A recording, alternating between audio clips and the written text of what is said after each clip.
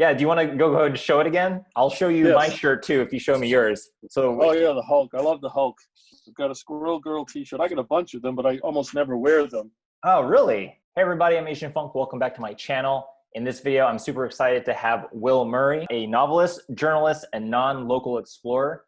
Also the creator of Squirrel Girl. He has written for characters like Doc Savage, Superman, Batman, Wonder Woman, Spider-Man, Sherlock Holmes, Sky Captain in the World of Tomorrow, Zorro, The Phantom, and many, many more. Will, thanks for being here.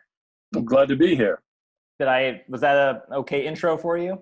Sure, that's fine. I mean, it's a long list. I've been writing for 50 years probably, so it's a lot of things I've written. So, you know, if you spent all the time needed to cover everything I've done, it would take most of the interview. Yeah, I wanted to try and list more, but I figured it would be best to just kind of give a highlight. Yeah, give people an idea. And I was actually very surprised by just how many characters you've written for. Obviously, Squirrel Girl being probably your most popular one, as I can tell from the virtual background. Do you get a lot of people approaching you at conventions specifically about Squirrel Girl?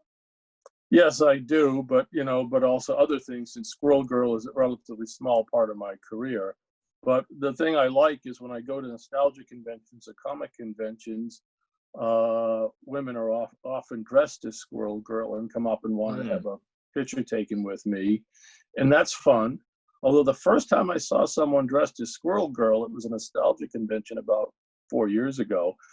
And she kept walking around the convention. She never came to my table. I had this thing in the background on a big display, and the Squirrel Girl didn't want to meet her creator. I don't know why. Really? But maybe she didn't know I was there. I don't know.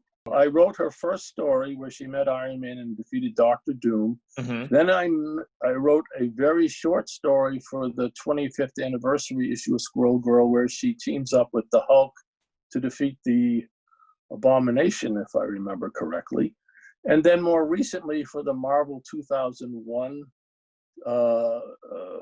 special last summer, I guess it was, I did a one-pager where Squirrel Girl's in the tree saying to her squirrel friends, I've just been tested, I'm not a mutant after all, and she has an existential crisis because it's like, I identified as a mutant. What do I do now? Who am I now? And she's really upset. So I did 3 stories in decreasing numbers of pages. I created her in late '89. The story didn't appear till early '91. Interesting. So you created this character, and it just kind of what took so long for it to hit the page? Well, they didn't want to have her appear again. They actually said, it was Mark Gruenwald in an interview back in 91, 92, went out of his way to say, and he was a nice guy, I love Squirrel Girl, but she doesn't fit in the Marvel universe. They didn't have the vision then. They didn't have the female audience, and they didn't see what I saw in her, which is a potential breakthrough character into a broader audience. I saw her as being in Saturday morning cartoons, which they had then, they don't have now. I realized, not immediately, but when I saw the first story, either published or in lettered form, I realized she worked as a character, and she wasn't just a spoofy kind of a character, which initially I guess was my thought. Some of my friends remember my thoughts differently, but once I saw how she played in that first Steve Ditko story, I said, this character works. And so I pitched a one-shot. Squirrel Girl tries to join the Fantastic Four, and they shot it down. And Gruenwald said, we love Squirrel Girl, but we don't think she fits into the Marvel universe. And they revived her in, 2012? Yeah. She began taking off, and she kept taking off. But at the time, there were people who said, this is a wonderful new character, and there are people saying this is a joke. And so she very strongly hit people in 2 opposite directions. I love her, I hate her. And when you can do that, you've created something. Yeah. Because anybody can create a character, well, that's a good villain, he's okay, we'll see him again.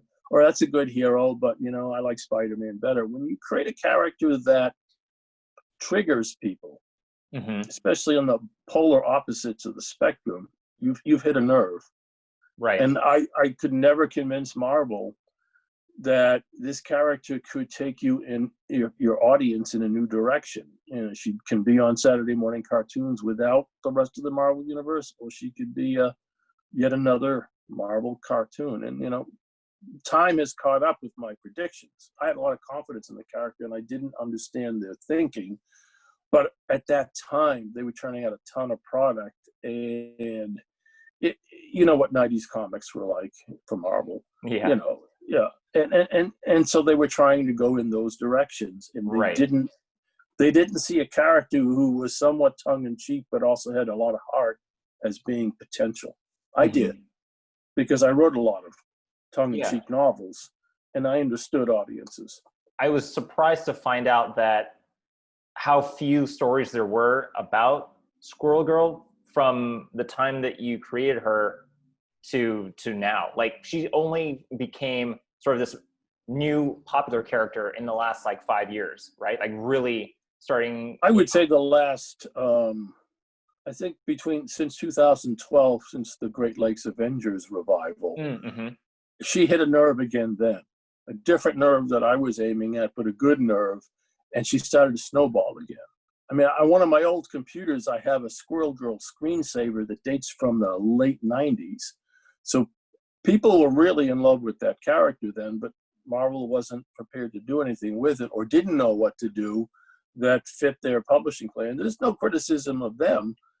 You know, they had a formula they know works. What they didn't understand is you can do things that are outside the box that can really push for an expanded audience if you understand that audience exists. In the 90s, early 90s, there wasn't a large girls or women's audience for comics. Yeah.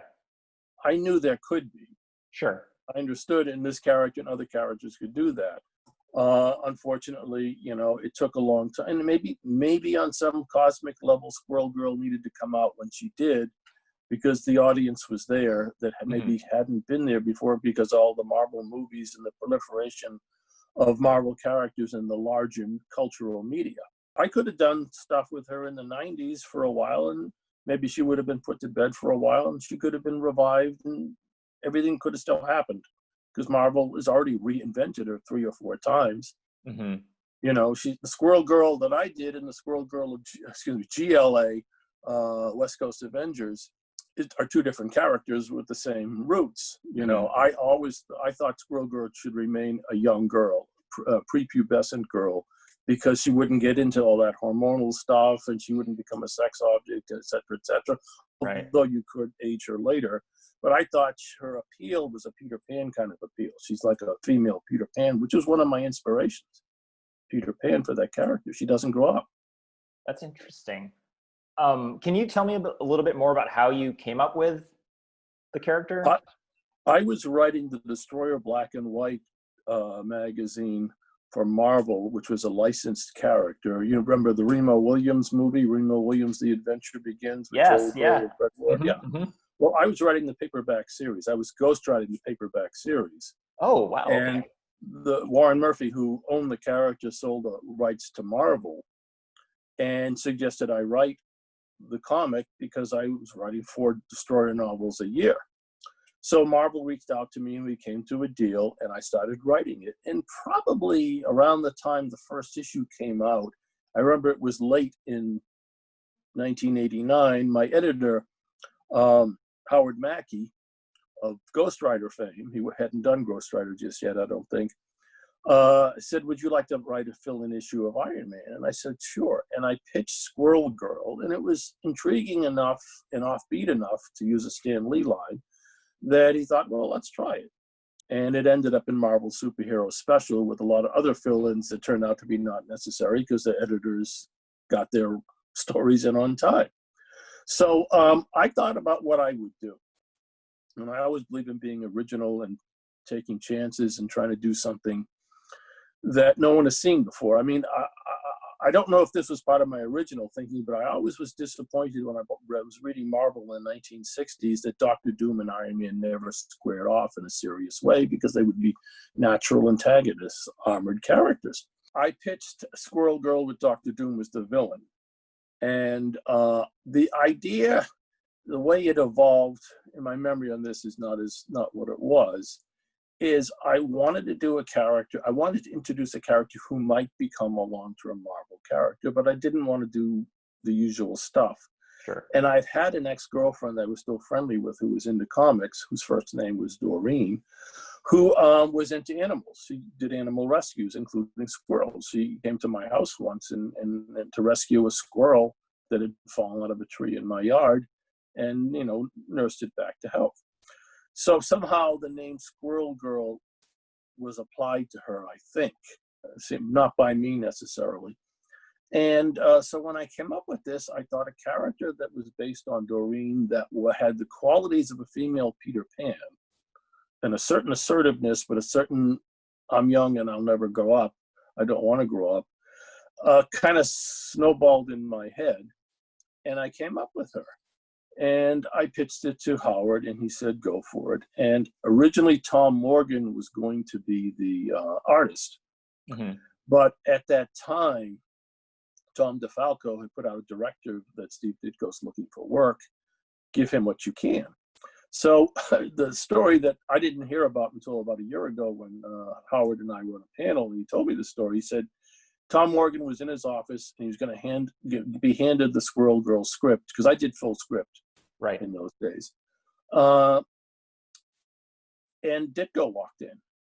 And Howard just handed a script to Ditko. Here's something for you. And I was delighted because I'd worked with Ditko on backup features in The Destroyer. And I'd gotten in touch with him. I talked to him. We talked about stories. So you knew him prior. I was happy. I would have been happy with Tom Morgan. I think his style would have worked. And Tom Morgan loved Iron Man. In fact, I think prior to this, Howard had put me in touch with Tom Morgan about coming up with a plot. And Tom had a good idea that was good for a fill-in, but I didn't think it was a great idea. So I came up with Squirrel Girl because I write full script and I didn't want to do a loose story that was just an action sequence with a framing device. But he had a nice idea. I wish we had done it too. So Ditko penciled it, and I asked Howard, could you let him ink it? Because I think Ditko being inked by Ditko is perfect. And Ditko inked it, and he did a really good job. And when the story finally came out a year plus later, I looked at it and I said, well, this really works. And I remember as a columnist from the Buyer's Guide, I forget his name right now, we did a whole column on Squirrel Girl saying, this is a great new character. And there was in the Marvel comics at that time, there was a thing called a coolometer. Things that are hot and things that are not. Okay? Yeah. If it was cool, it was hot. Right. And a few months after the Squirrel Girl debut, Squirrel showed up at the top of the coolometer. And I was really upset. Not really upset, but I was annoyed. And I called Howard and I said, Howard, this is a great new character. You know, why don't people like her? Why in a week or a month later or 2 months later, and after I complained, she showed up at the top of the coolometer, and which shows the polarization. Yeah, people I think came to her rescue because some people loved her for what she was. You know, no one was thinking she'd be the next Spider-Man. Right. So you know, we did that story, and as I said, I pitched Squirrel Girl meets Fantastic Four. And when they revived her in 2012, I pitched a mini-series where she goes through a kind of a Dark Phoenix kind of phase. Really? And, you know, they didn't pick up on that either. That's funny because in 2010, you said, I've been thinking about pitching to Marvel a Squirrel Girl project where she's defeated the most terrible Marvel villains. And I think it's time that she met her match in the Ultimate Pistachio. Yeah. Was that just a tongue-in-cheek joke, or that was a little tongue-in-cheek, but I might have tried to make it work. You know? Yeah. Well, I was curious if the Ultimate Pistachio was actually a fully fleshed villain that you had in your head. No, when I draw my own comics, sometimes serious ones and sometimes toothy ones, I drew a character called the Ultimate Pistachio, and he had a pistachio shell for a helmet. Mm-hmm. Like Dr. Fate, that kind Oh, of I thing. see. And I remembered that. It's not something I did anything with, and I don't think you could do much with it because it's obviously a goof. Like, what was that Howard the Duck villain that had a similar helmet? Dr. something or other. Yeah, I know what you're talking about. You know what I'm talking about. Right. It would have been something like that.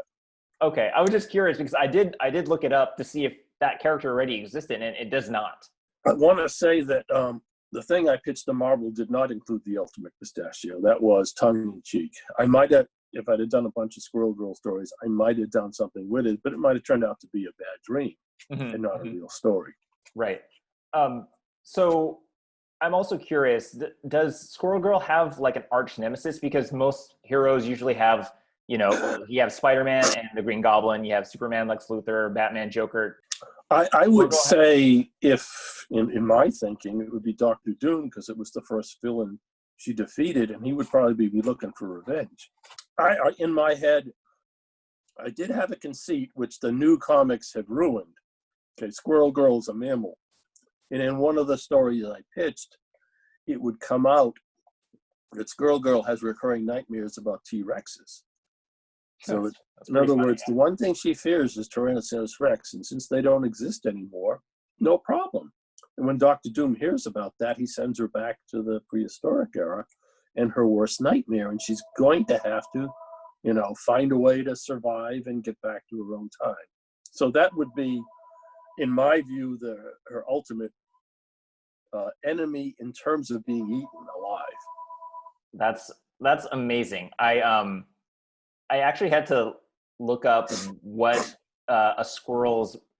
what predators actually go after squirrels, and I was just wondering if there was a villain that was like either a bird or like a weasel or a fox or something. You remind me something. One of my thoughts on Squirrel Girl is she probably needed an animal opponent. I think I came up with one in my mind, but I don't remember what it was. Squirrels, they have a number of predators, as you know, and I would suspect it might be something like a ferret or a fox or a wolf or something. Maybe even a raccoon. Yeah, raccoons have been known to eat squirrels. So that's a good one. Yeah, you can do a lot with raccoons. A trash panda would be a good natural villain for Squirrel Girl. Now, would you say you're a squirrel expert? Did you do research on squirrels? Well, actually, I had squirrels in my attic on and off, and I think one of them had babies, and I would feed some of these squirrels peanut butter. It turned out, I'd put it on the end of a stick and lift it up on the porch roof, and they would nibble at it. And one of them, a little fat guy, I gave a name. I didn't name any of the others. I called him Monkey Joe. And Monkey Joe is therefore a real squirrel. And so when I came up with Squirrel Girl and I gave her gang, her posse, as it were, I wanted one to stand out just for the sake of that story. So I gave him the name Monkey Joe. And I was sorry when they killed off Monkey Joe, because I thought, my view of Squirrel Girl, since I created her, is a little different than what people have done, because I'm in touch with, shall we say, her spirit, such as it is. And I always thought Squirrel Girl would team up with a muscular little squirrel, but a boy squirrel, because she's kind of a tomboy, and she would probably feel a little sensitive to that. So she'd want some squirrel muscle. So giving her a girl squirrel with a pink bow is, to me, the opposite of how my view of Squirrel Girl would be. That's so awesome. I'm also curious if you're a fan of like Squirrel Puns. Nuts obviously is one of the puns that's often used. Do you try to sneak that in? Well, I gave her nut belt, where the utility belt, where every pocket is a different species or variety of nuts for different squirrel powers, not powers, but energy, different levels of energy. And Yeah, yeah. she might eat pistachios when she needs to think real hard, or macadamia nuts when she needs agility. You know, that was my thinking. But you know, Squirrel Puns, I didn't have enough time with the character to get that far with it. And so no, I didn't have that. I had other thoughts about how the character could be developed. Right. But I never had the opportunity to do an origin, which I would like to have done. I mean, I made her a mutant because that was just a simple, obvious, get her origin done in one word balloon. Right. It was the 90s. So she's not, which I think is good. And I pitched Marvel an origin story that explained where she came from and whatever. Yeah. But they didn't want to go in that direction either. Huh. Wow. In other words, if she's not a mutant, she's got to be something else. Right. Right. You know, and what is that something else? Yeah. I mean, could she be like a Morlock? Could she be an Inhuman? Like what? Well, I don't want to say what it is, but I came up with something that would lead to more things and more things. It would be something that isn't part of the Marvel universe, something that's in more mythology. Interesting. You know, and not a mutant, not an Inhuman, not a genetically changed creature, none of that stuff. And it would open up story possibilities. It would open up issues as to whether or not her parents were really her parents. I want to hear more, but I guess. Well, I mean, I don't want to give away a story idea. Yeah. You know, totally. Could be used for another character. Cool. Okay. So you're saying basically you didn't have enough time to flesh out the character. Can you describe what Squirrel Girl can do? Like what her powers are? Just, Well, it's all the powers of a squirrel, which is leaping, jumping, reacting quickly. Her strength is probably not all that greater than a girl her age. She might have a little better muscle tone and a little better reaction time. She can chew through anything. One of the interesting things about that first story is I had, when she encountered Iron Man, and she had a crush on Iron Man, in my story, she used finger claws to carve out a Valentine heart on a tree with her initials and Iron Man's initials. And when Steve Ditko drew the story, he changed that to the knuckle spike. He gave her a Wolverine kind of single tooth that popped out of the top of her, out of the top of the back of her hand, near her knuckles. Yeah. And I called him about that, and I said, well, I see this character as having claws like a squirrel that are retractable, and he didn't want to change it, so we had to let it go. And I realized what the issue was later. The knuckle spike was large and could be shown as extending. Her claws would be very small, and it wouldn't look as dramatic. So I've come to accept the knuckle spike. I didn't like it because it was a ripoff of Wolverine in a way. Right. And I don't like copying things. Yeah. I like originality. So could you describe a little bit more of like the process of working with Steve? Like, because you wrote this character without an artist in mind or beforehand. So were you a little hesitant, or how close were you to the process of having that character being fleshed out by an artist, especially? Well, I wrote a full script.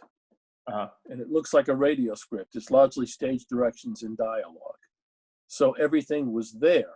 When Ditko got the script, we had some conversations, but he didn't need anything from me once he had the script. I know he did the knuckle stripe, and when he was inking it, he complained about my sound effects on the famous panel where the squirrels are attacking Dr. Doom, and they're going chuck, chuck, chuck, chuck, chuck. And he's trying to brush them away. Well, I'd never worked with Ditko or any other artist of any, who would react this way.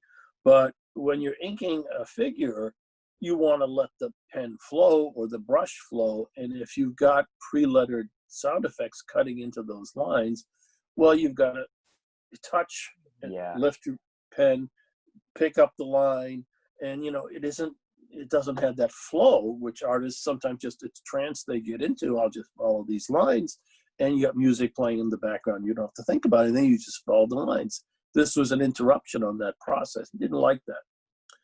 And he also said to me, because he was he was an outspoken guy. I liked him a lot. We were friends for a long time after this. We stayed in touch. He didn't like Squirrel Girl, apparently. And he said, it's typical of a new writer or writers like you, when you're given a fill-in issue, to create your own character to drop in the story instead of using, an existing villain, which I thought was an odd criticism, since, that's how Marvel, often developed, which is someone new shows up in a book like Wolverine, right, and spins off into his own, title later if he's popular. Yeah. And so he thought, Squirrel Girl was, I guess he thought this should have been Iron Man versus Doctor Doom. It's as simple as that. I don't think so, but maybe he thought that way. Yeah, that was the tail. That was your idea, right? Like, that was all of it was my idea, except for the knuckle spike and the costume. It was all my idea. But when comics, when the artist creates a costume, they become the co-creator. Right. Because for months before anybody was assigned this script, it was just me as the creator. That was it. There was no other creator. Yeah. Once somebody starts drawing, you have a living character that the people involved can say, yes, I contributed that character. I'm a co-creator. Do you remember the last conversation you had with Steve? Because you mentioned you guys stayed in touch. Yeah, it was maybe 5 years ago or longer. I hadn't talked to him in a long time, because sometimes we could get into arguments, and sometimes he'd like to argue things, not in a negative way, but he had a view of the world, and he was trying to convince you of the view of the world, or he would pick apart your view. And he was very rigid in his thinking. I think I called him to touch base, and I said, I'm sorry I haven't been in touch. This is consuming a lot of my time. I hope you're well. I don't think we had a long conversation, but we talked about things. We often talked about the state of the industry and things like that. He told me some backstories of his Marvel work, which later on he wouldn't tell people, about some of the choices made and decisions. And I thought that was very interesting, because I grew up in Marvel in the 60s. So that's exactly my era of comics.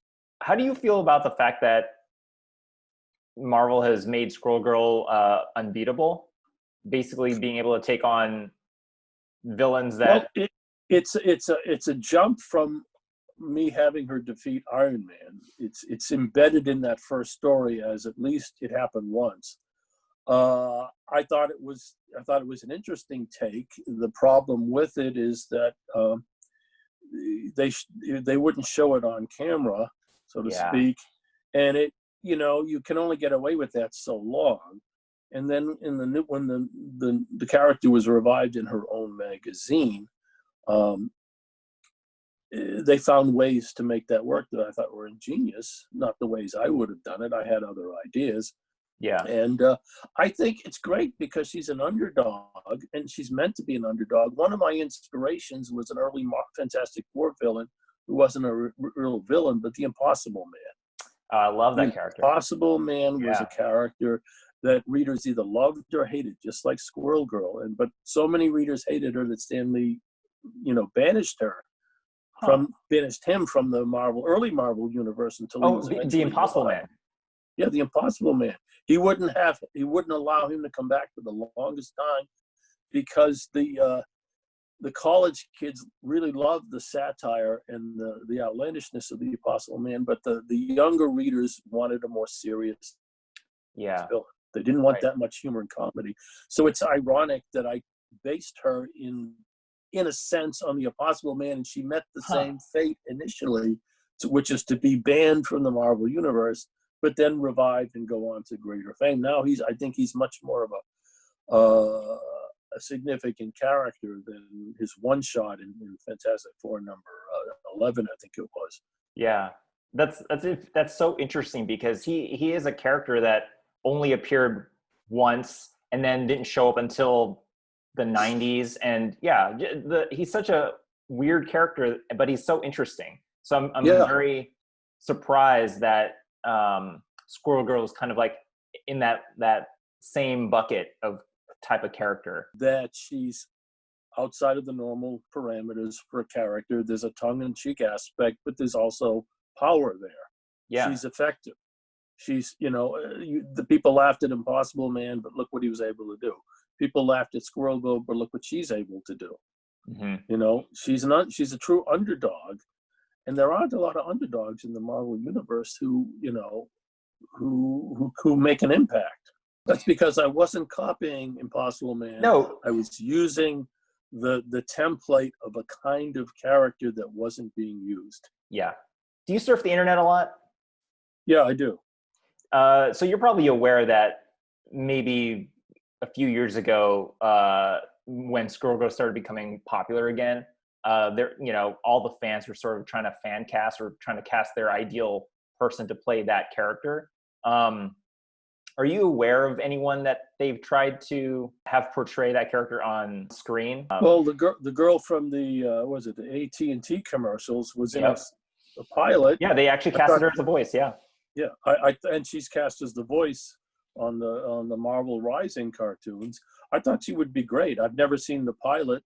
I would love to see the pilot. Yeah, well, I have no doubt that they're going to make that into, or that the character will appear at some point. Yeah, I have confidence in it because the character has snowballed and snowballed and snowballed. Absolutely. Over the last decade, approximately.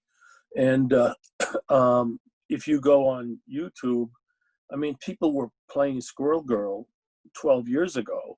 And, the number of people who cosplay as her is just, I joke, I could probably conquer Bolivia if I could get all the people who ever dressed up as Squirrel Girl and muster them into an army. I could probably take over some small country somewhere that doesn't have a really big army. Because there's a lot of them. There's a lot of them, and there's a lot of fan art. Do you go to conventions very often? And if you do, not comic conventions so much lately. I did go to a big Boston comic convention 2 years ago or a year ago. I think it's 2 years ago now. Where no, I think it was a year ago. Where I did a panel with Howard Mackey, my former editor, and a couple other people. I think Dan Didio was one, and we talked. It was a Ditko panel. Really? So we talked about Ditko, and since I was friendly with him, I could tell stories that nobody else knew. And so it was a great panel if you wanted to know stuff about Steve Ditko and his career that wasn't in the public domain. What would be an example of that? Well, he told me at one point he was called in by Stan Lee, and Stan says, Martin Goodman wants to revive these three characters: Submariner, Kazar, and the Hulk. And which do you want, Steve? I'll give you your choice. And he chose the Hulk. And what's interesting about it is, of course, he'd drawn the last issue of the Hulk, if it's in its original ill-fated run. Uh-huh. And so he chose it. He's told me because of the background, this New Mexico background. It was different from cityscapes and some in the stuff in Doctor Strange. So he's looking for variety. He admitted to me, Stan Lee told me the story. He admitted to me that, so to finish that thought, yeah. Steve Ditko is the guy who revived the Hulk as far as being a feature character. He'd been a guest star for a year and a half, 2 years, because there was no place for him. He didn't fit into the Avengers or anything like that. He just came and went. He told me that, if Ditko had made another choice, we could have seen a major Kazar revival instead of the Hulk, and someone else would have done the Hulk. Yeah. He told me, after Stan Lee revealed it to me, that Ditko was the original choice to do Daredevil. Really? Yeah. Martin Goodman wanted the Fantastic Four and Spider-Man duplicated because of their sales. Yeah. And so either X-Men or Avengers was the duplication of Fantastic Four. And Goodman had found out that the trademark of the Golden Age Daredevil had lapsed. He wanted to revive it because it had huge sales in the 40s. Right. And Stan Lee was facing the choice. Do I copy the costume and create a new hero with that same costume and try to capture that magic, or has too many years passed? It'd been about 10 years since Daredevil had been folded in the 50s. Yeah. So he approached Ditko first because you're going to copy Spider-Man. Who's better than Ditko? Sure, Ditko sure. turned it down flat because it was too much like Spider-Man, and he didn't want to copy the costume. So when they went to Bill Everett and to some degree Jack Kirby to work out the character, there was a long process of, do we copy the original black and red and blue costume, or do we create our own? And they eventually went with their own, but it took a while for them to arrive at that choice. It's a good thing they did. It would have been kind of embarrassing at this point for Stan Lee to have been doing panels and have to say, yeah, we kind of copied the old Daredevil, but we made him our own character. It's a lot better to do your own character and just keep the name. Yeah, yeah. And there were other stories. Ditko told me that when he did that 6th issue of the Hulk originally, yeah, because the magazine was being canceled, but they had to finish out that one issue. And Lee said, I can't waste Jack Kirby on this. I'm moving him to something new. So you draw it.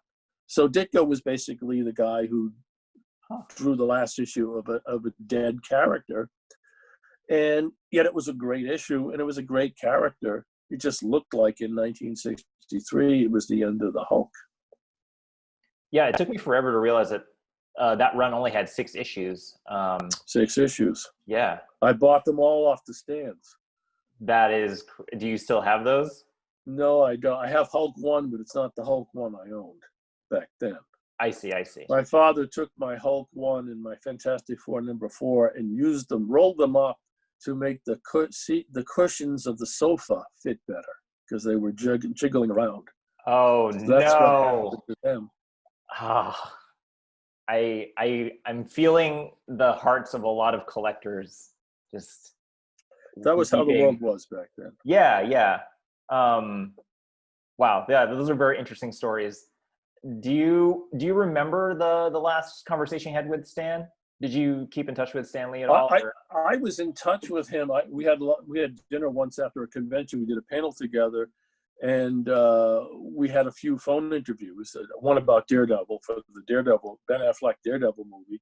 Oh, and I don't remember the last conversation because our last last bunch of interactions, I would send him questions for articles I was writing, and he would answer.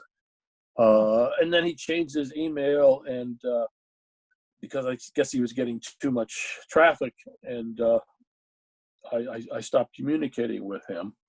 But, we had very nice conversations, but he was a strange guy in some ways. The time we had dinner, I didn't know some of the things I knew about Marvel. And I was a fan of his brother, Larry Lieber's scripting, because Larry was scripting Thor and Ant-Man and those characters at that time. Yeah, yeah. So I asked him, where did Larry Lieber come from? No, I didn't know it was Stan's brother, and I didn't know Stan's last name was Lieber. Oh, yeah, so yeah, I said, right. yeah. So I asked, so where did Larry Lieber come from? And he said, looked me dead in the eye, and he said, I don't remember. Really? It was his own brother. Yeah. Yeah. Was he joking? No, it was a serious question. It was over dinner. And I was asking about Ditko. I was asking about Kirby. I was asking about creation of this, creation of that. He, for whatever reason, he didn't want to admit it. Larry was his brother.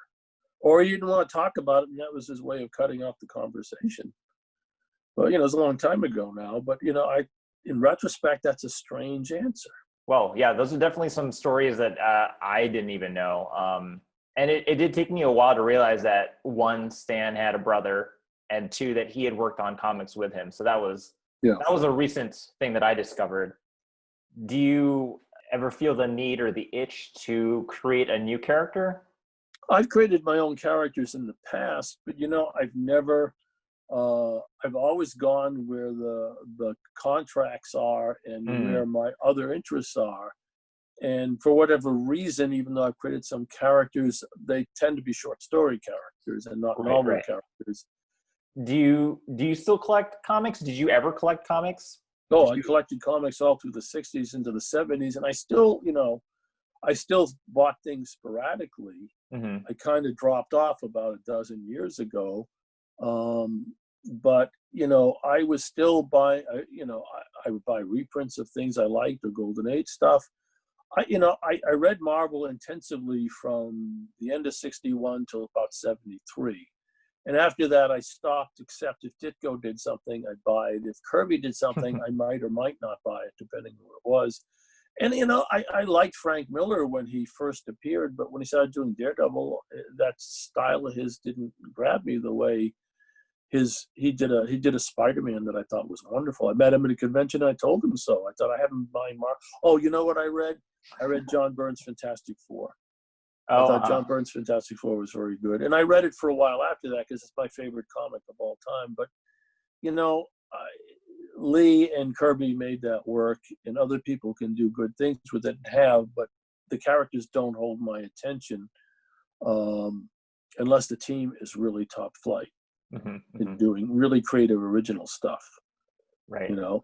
So, and I used to cover the comic book industry. I'd write articles for the Comic Buyer's Guide, and I was associated with the Starlog group of magazines.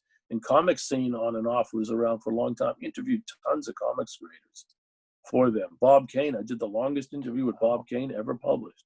Really? Yeah. Where does that live now? Some of it's in Comic Scene, some of it's in Starlog.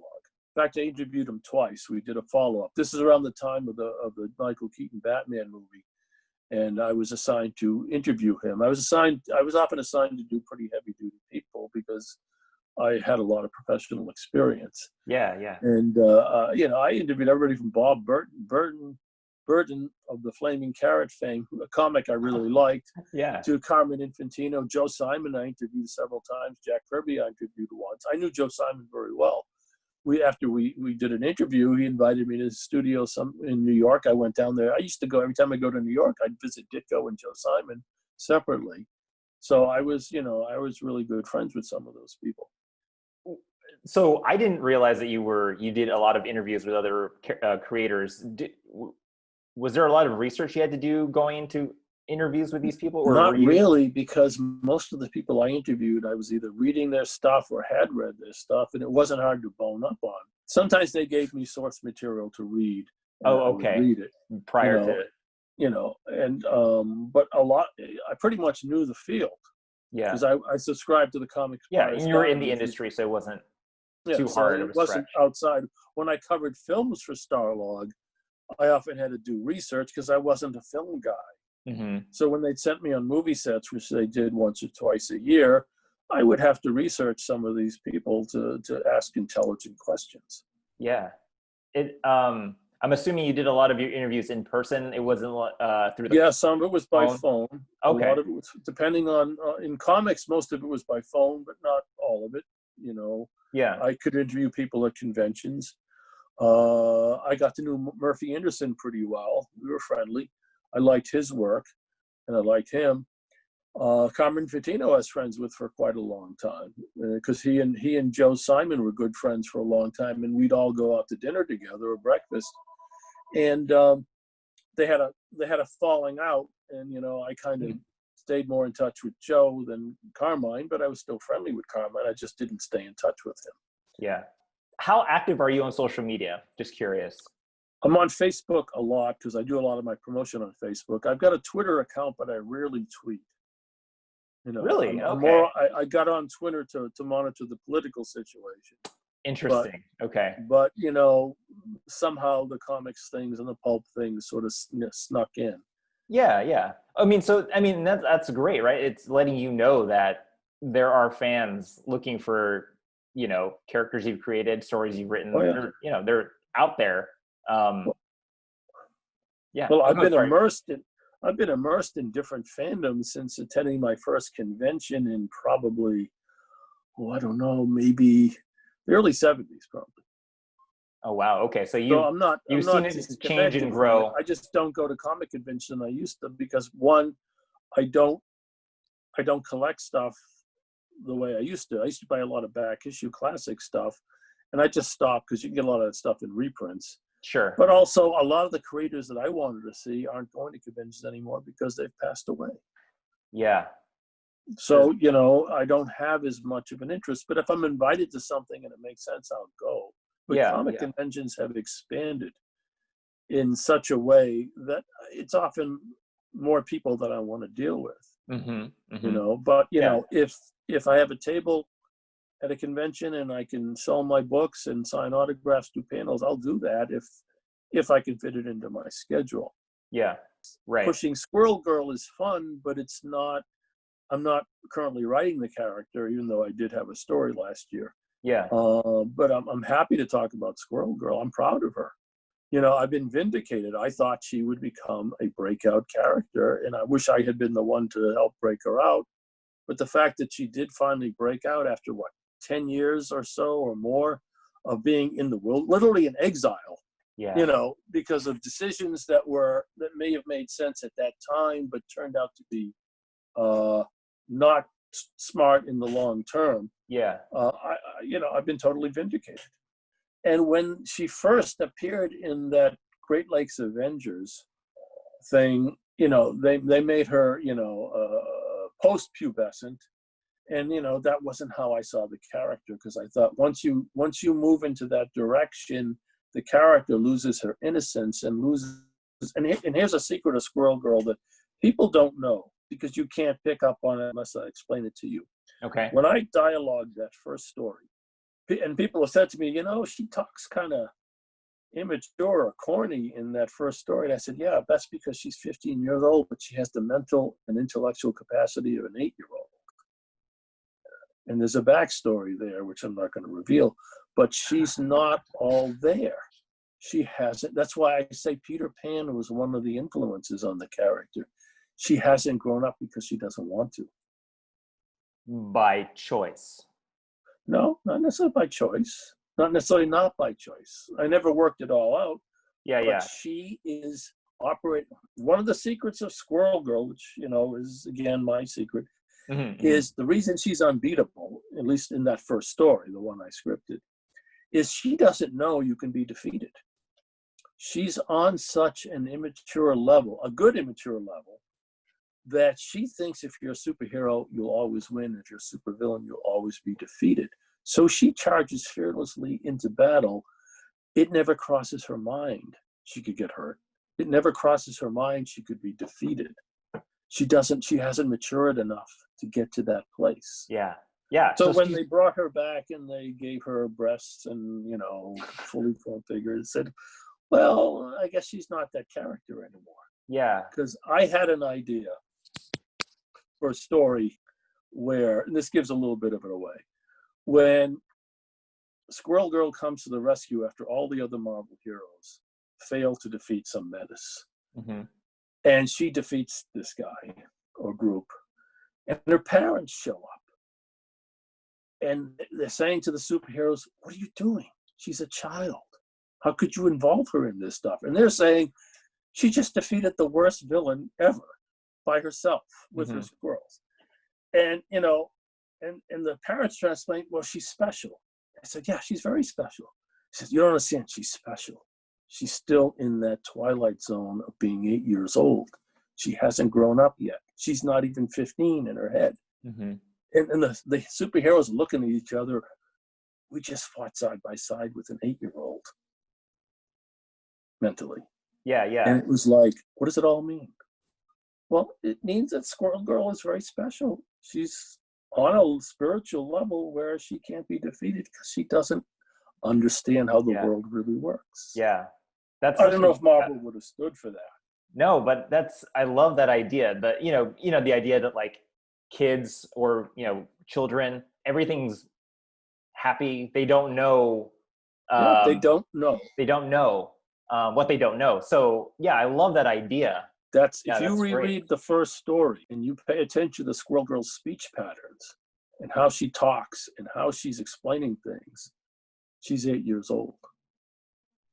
It all makes sense if you know that.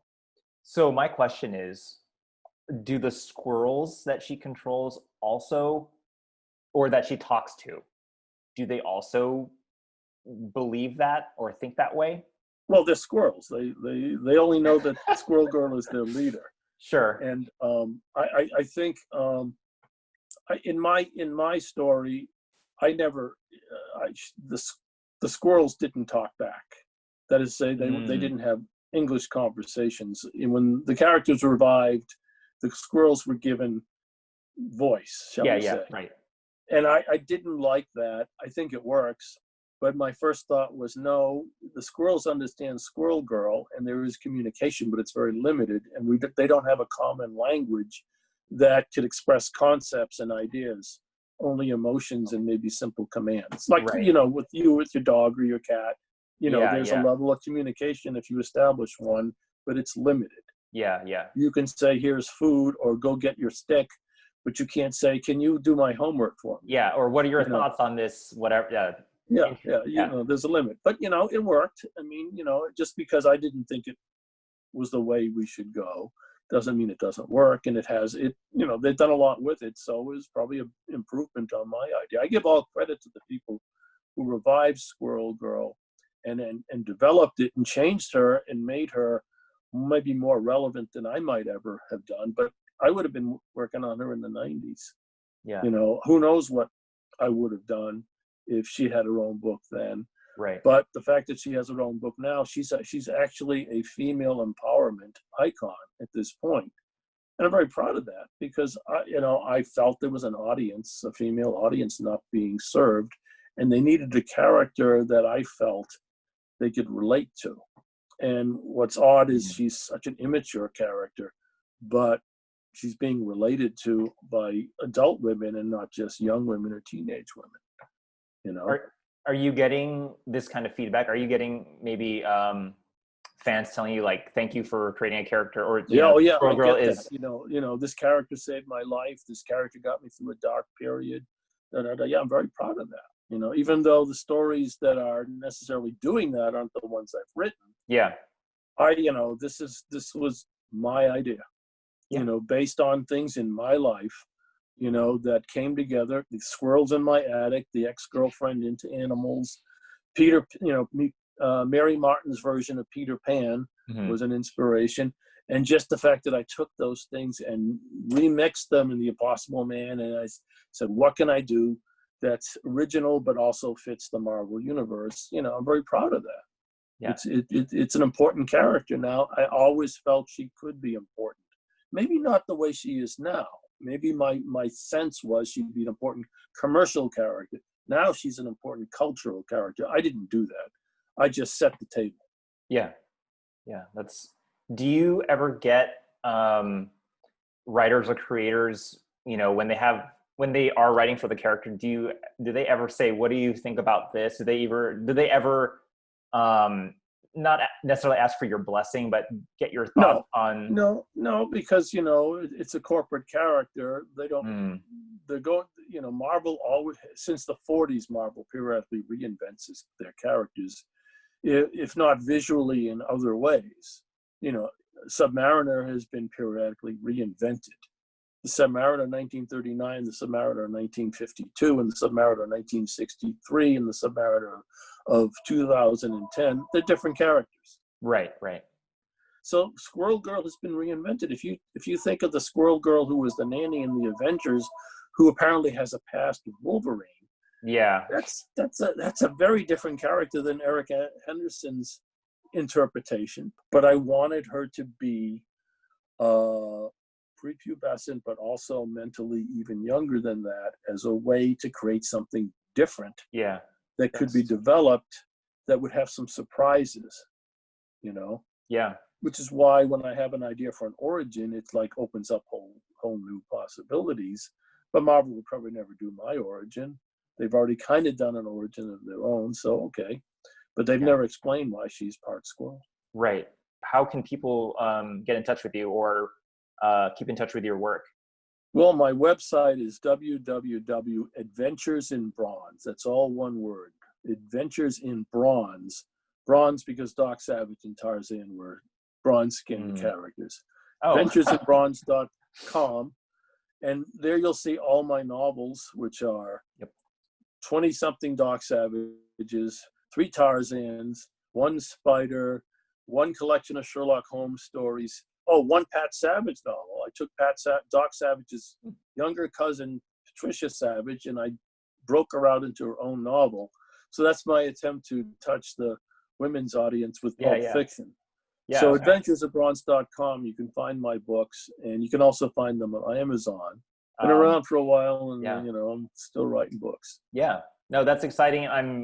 Like I said, it was a pleasure to speak to you, and I hope we can do this again sometime. Yeah, I'd be happy to talk to you again. There's probably, you know, other things we can talk. I've been on a lot of superhero movie sets. You I know, would love to. Starlog.